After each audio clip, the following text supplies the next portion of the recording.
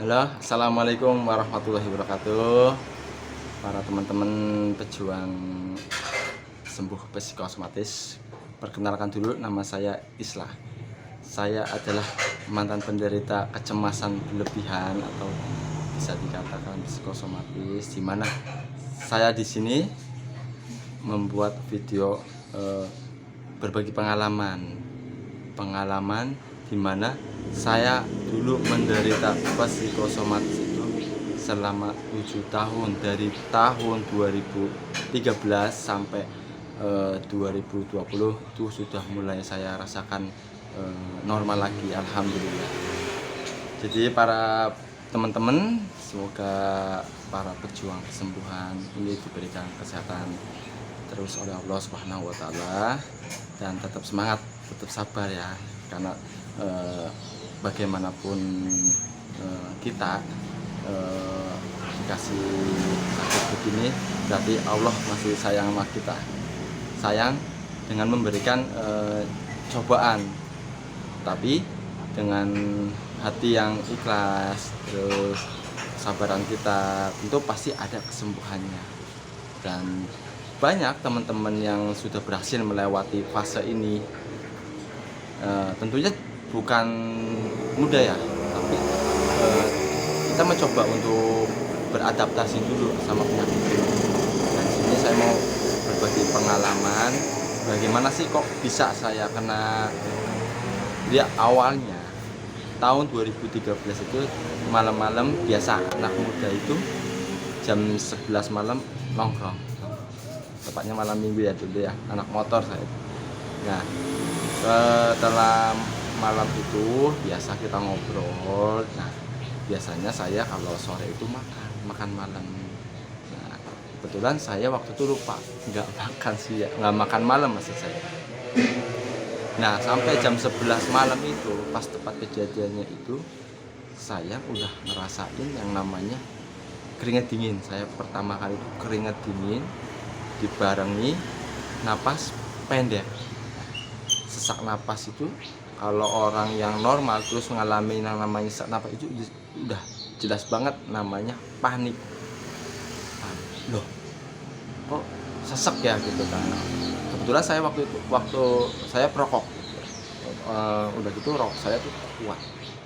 Saya udah ngalamin namanya sesak napas. Karena semakin kita panik, semakin cemas, otomatis jantung kita berdebar. Nah, di situ saya udah takutnya luar biasa, yang namanya serangan panik, teman-teman pejuang sembuh ya. Udah ngerasain sesak napas, jantung berdebar luar biasa, sempoyongan. Pas kejadian itu saya pamit dulu pulang sama temen, pulang. Nah, punya pikiran kalau kita tempat tongkrongan ke tempat rumah itu kan melewatin rumah sakit. Sudah hampir saya mau masuk ke IGD minta pertolongan, takutnya serangan jantung waktu itu pikiran saya.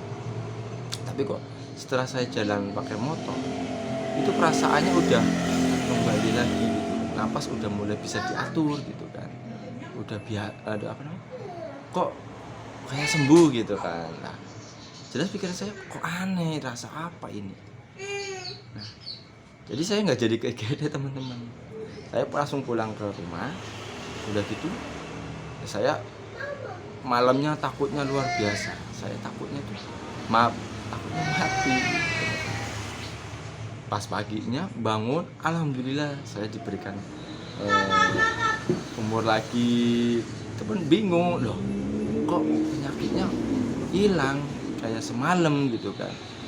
Saya bingungnya, perasaan semalam tuh bukan sakit ya, cuman takutnya luar biasa. Siangnya saya mencoba berobat ke klinik ya, kan. Di situ saya ngecek, biasa kalau klinik kan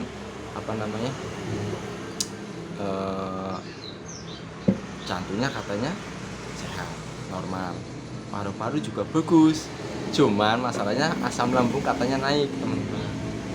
Nah, di situ saya agak lega karena cuma asam lambung, karena dulu saya pikirannya paling cuma begini doang, nggak taunya asam lambung itu nggak main-main. Berawal dari situ, karena asam lambung itu kan akhirnya saya berubah berhenti ngerokok. Nah, mohon maaf nih ya, makanya saya nyaranin orang yang mau berhenti ngerokok itu sebenarnya jangan terlalu mendadak, teman-teman. Saya tidak menyarankan jadinya seperti saya nanti dulunya itu saya berhenti rokok itu mendadak. Nah otomatis saraf otak ini stres, larinya ke stres. Nah stres otomatis asam lambung saya naik lagi, akhirnya jantung berdebar lagi, sesak napas lagi, perut kembung lagi. Nah makin kalut lah, kan jadi pikiran stres, jadi pikiran panik lagi, cemas lagi, muter lagi gitu. Udah terus sampai udah ngalamin yang namanya seluruh badan tuh sakit semua, udah ngalamin yang namanya sensasi-sensasi yang kata orang bilang tuh sakit gitu kan. Dari mulai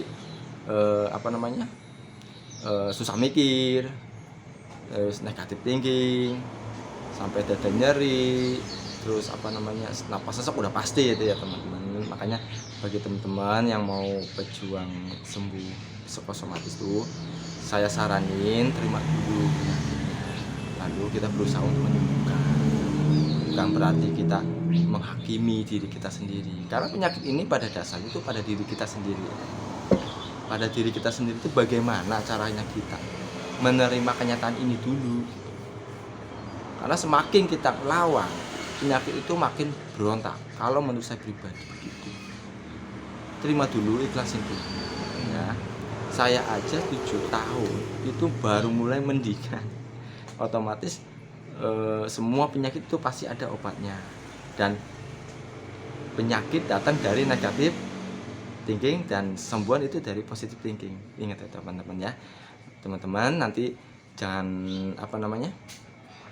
saya di sini nanti akan memberikan penjelasan bagaimana bisa saya sembuh, terus apa aja keluhan-keluhan dulu saya kayak gimana rasanya, dan bagaimana sih ada beberapa tips yang saya ngelakuin buat teman-teman ya, insya Allah berguna buat teman-teman para pejuang sembuh ya.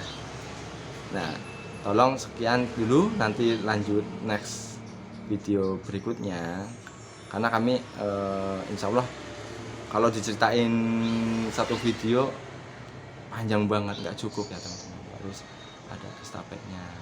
Jangan lupa ya teman-teman ya, bantu channel kami, subscribe, komen, like, dan share ya teman-teman ya. Dan terima kasih, selalu sabar, selalu optimis, dan semangat kesembuhan. Assalamualaikum warahmatullahi wabarakatuh.